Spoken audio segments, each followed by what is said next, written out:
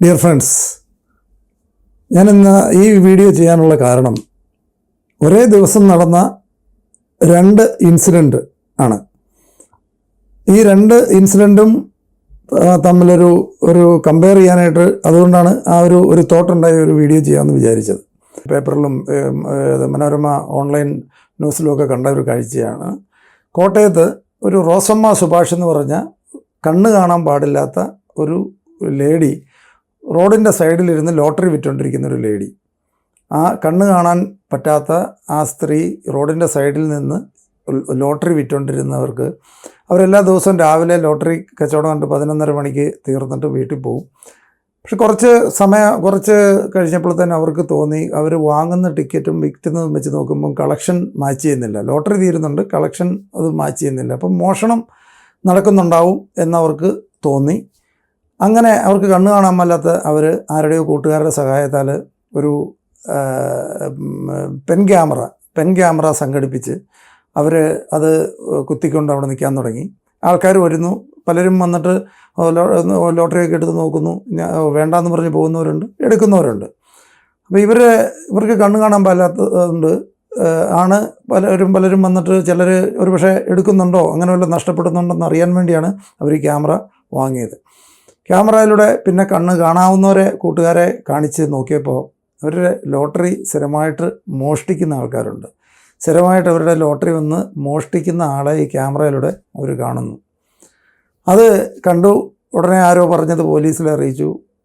അവർ അത് സാറേ കേസെടുക്കണ്ട, പോലീസിനോട് പറഞ്ഞു കേസെടുക്കണ്ട, ഇതിനി ഈ മോഷ്ടിച്ചവരെ ഇനി ഇത് പബ്ലിക്ക് എല്ലാവരും അറിഞ്ഞു കഴിഞ്ഞാൽ അവരിനി എങ്ങനെയായിരിക്കും ജീവിക്കാൻ പറ്റുന്നത്, അവരെങ്ങനെയാണ് മനുഷ്യൻ്റെ മുഖത്ത് നോക്കുന്നത്, അവരുടെ മുമ്പോട്ടുള്ള ജീവിതം എന്തായിരിക്കും, എന്നെപ്പോലെ ഒരാളുടെ കണ്ണ് കാണാൻ മേലാത്ത എന്നെപ്പോലെ ഒരാളുടെ ലോട്ടറി മോഷ്ടിച്ച ഒരാളെ സമൂഹം കാണുന്നത് എങ്ങനെയായിരിക്കും. അതുകൊണ്ട് അത് കേസ് ചാർജ് ചെയ്യണ്ട, അവരെ വെറുതെ വിട്ടേക്ക്, ആരെ അറിയിക്കേണ്ട എന്നാണ് അവർ പറഞ്ഞത്. അത് പക്ഷേ ഇവർ മാധ്യമങ്ങൾ അറിഞ്ഞ് അവരെ ഇൻ്റർവ്യൂ ചെയ്ത ഒരു ഇതാണ് ഞാൻ കണ്ടത്. അവർ പക്ഷേ അതിനകത്തും പേരോ യാതൊരു ഡീറ്റെയിൽസോ അവർക്ക് കൃത്യമായിട്ട് അറിയാം, ആരാണെന്നും അറിയാം. പക്ഷേ അവരവരോട് ക്ഷമിച്ചു. അവരവരോട് യാതൊരു കേസിനോ യാതൊരു പ്രതികരണത്തിനും പോകുന്നില്ല എന്നൊരു വാർത്തയാണ് ഒരു ദിവസം ഞാൻ കാണുന്നത്. അന്ന് തന്നെ ഞാൻ എറണാകുളത്ത്, കേരളത്തിലെ ഒരു പക്ഷേ ഏറ്റവും കൂടുതൽ തിരക്കുള്ള ഒരു ജംഗ്ഷനാണ് വൈറ്റില ജംഗ്ഷൻ. ആ വൈറ്റില ജംഗ്ഷനിലൂടെ ഒരു ഓട്ടോറിക്ഷയിൽ വരുന്ന സമയത്ത് ഉണ്ടായ വേറൊരു ഇൻസിഡൻ്റാണ്. അന്ന് വൈകുന്നേരം ഉണ്ടായ വേറൊരു ഇൻസിഡൻ്റാണ്. അന്ന് ഭയങ്കര തിരക്കാണ്, എല്ലാവർക്കും അറിയാം. വൈറ്റില ജംഗ്ഷനിലെ ഒരു സിഗ്നലിൻ്റെ ടൈമിൽ തിരക്കെന്ന് മാത്രമാണ്. എത്ര സമയം കിടന്നിട്ടാണ് അവിടെ നിന്നൊക്കെ ഒന്ന് ഇത് വരുന്നത്. ആ സമയത്ത് എല്ലാവരും എങ്ങനെയെങ്കിലും ഒന്ന് സിഗ്നൽ കഴിയുന്നതിന് മുമ്പ് കടന്നുകൂടാനുള്ള ശ്രമത്തിനിടയിൽ ഞാൻ യാത്ര ചെയ്തിരുന്ന ഓട്ടോറിക്ഷയുടെ ബാക്ക് എന്തോ ഒരു തടസ്സം പോലെ ആ ഡ്രൈവർ പെട്ടെന്ന് തിരിഞ്ഞു നോക്കുന്നുണ്ടു. അത് കഴിഞ്ഞ് അയാൾക്ക് തന്നെ മനസ്സിലായില്ല എന്താണെന്ന്. അയാൾ മുമ്പോട്ട് കയറ്റി ഒരു സൈഡ് ഒതുക്കി നിർത്തിയപ്പം തൊട്ട് പുറകിൽ വേറൊരു നല്ല കാറ്, പ്രീമിയം കാറാണ്. നല്ല കാറിൽ ഒരു 3-4 പേരുണ്ട്. ആ കാറിൽ അവർ വരുന്നു, ഈ ഓട്ടോറിക്ഷ മുമ്പിൽ സൈഡിൽ കൊണ്ട് നിർത്തുന്നു. എന്നിട്ട് അവർ ഇറങ്ങി വരുന്നു.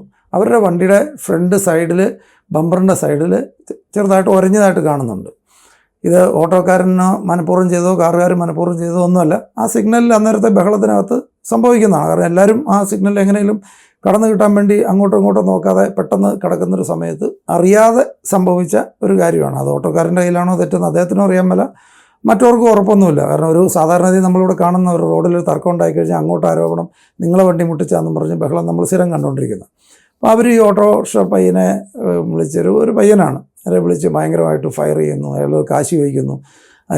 എത്ര രൂപയെന്നറിയാമോ, ഇത് പെയിൻറ്റ് ചെയ്യാൻ എത്ര രൂപയെന്നറിയാമോ, ഇതിന് എത്ര രൂപ, നീ പൈസ തന്നിട്ട് പോയാൽ മതി എന്നൊക്കെ പറഞ്ഞുകൊണ്ട് അവിടെ നിന്ന് ബഹളം വെക്കുന്നു. കുറച്ച് സമയം ആ പയ്യൻ്റെ നിസ്സഹായാവസ്ഥ കണ്ടിട്ട് ഞാൻ ഇറങ്ങിച്ചെന്ന് ചോദിച്ചു, നിങ്ങൾക്ക് ഇൻഷുറൻസ് ഇല്ലേ വണ്ടിക്ക്, ഈ ജംഗ്ഷനിലെ ഈ സമയത്ത് ആരും മനഃപൂർവ്വം, എന്തായാലും അവിടെ മനഃപൂർവ്വം ഒന്നും ചെയ്യേണ്ട ആവശ്യമില്ല. ഇവർ തമ്മിൽ മുൻപരിചയമില്ലാത്ത ആൾക്കാർ എന്തിനാണ് മനഃപൂർവ്വമായിട്ട് വല്ലതും കൊണ്ട് അടുപ്പിക്കേണ്ട ആവശ്യമുണ്ടോ?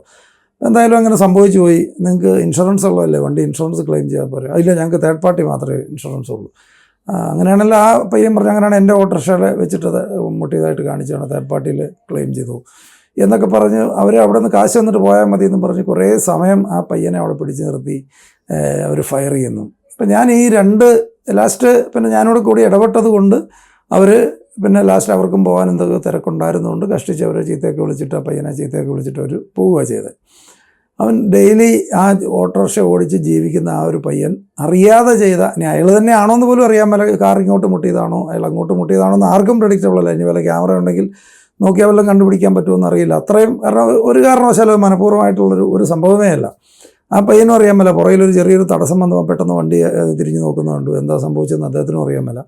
അപ്പോൾ ഇങ്ങനെ മനഃപൂർവ്വമല്ലാതെ അറിയാതെ ഒരു കാര്യം ഒരാൾ ചെയ്തതിന് ഒരു വിഭാഗം, അത് പൈസ ഉള്ളവർ, ഒരു പ്രീമിയം കാർ ഉപയോഗിക്കുന്നവർ, അവർ ആ പയ്യനോട് കാണിച്ചൊരു സമീപനവും, അതേ ദിവസം തന്നെ ഉണ്ടായ ഒരു വാർത്ത, ഈ കണ്ണ് കാണാൻ മേലാത്തൊരു സ്ത്രീ, അത് വിറ്റ് ജീവിക്കുന്നവർ, അവരുടെ ലോട്ടറി മനഃപൂർവ്വമായിട്ട് കട്ടുകൊണ്ട് പോയ ഒരാളോട് അവർ ക്ഷമിച്ചു പോയിട്ട് ആരും അറിയണ്ട എന്ന് തീരുമാനിക്കുന്നത്. ഇതിനകത്ത് ആരാണ് ഇതിനകത്ത് റിച്ച്, ആരാണ് ഇതിനകത്ത് ധനികരെന്നുള്ളതാണ് ഇതിനകത്ത് എന്നെ ചിന്തിപ്പിച്ചൊരു കാര്യം. അപ്പോൾ ഇത് നമ്മൾ ദിവസവും നമ്മുടെ സമൂഹത്തിൽ നമുക്ക് കാണാൻ പറ്റുന്നൊരു കാര്യമാണ്. നമ്മൾ ധനികരെന്ന് വിചാരിക്കുന്നവരൊന്നുമല്ല പലരും ധനികർ.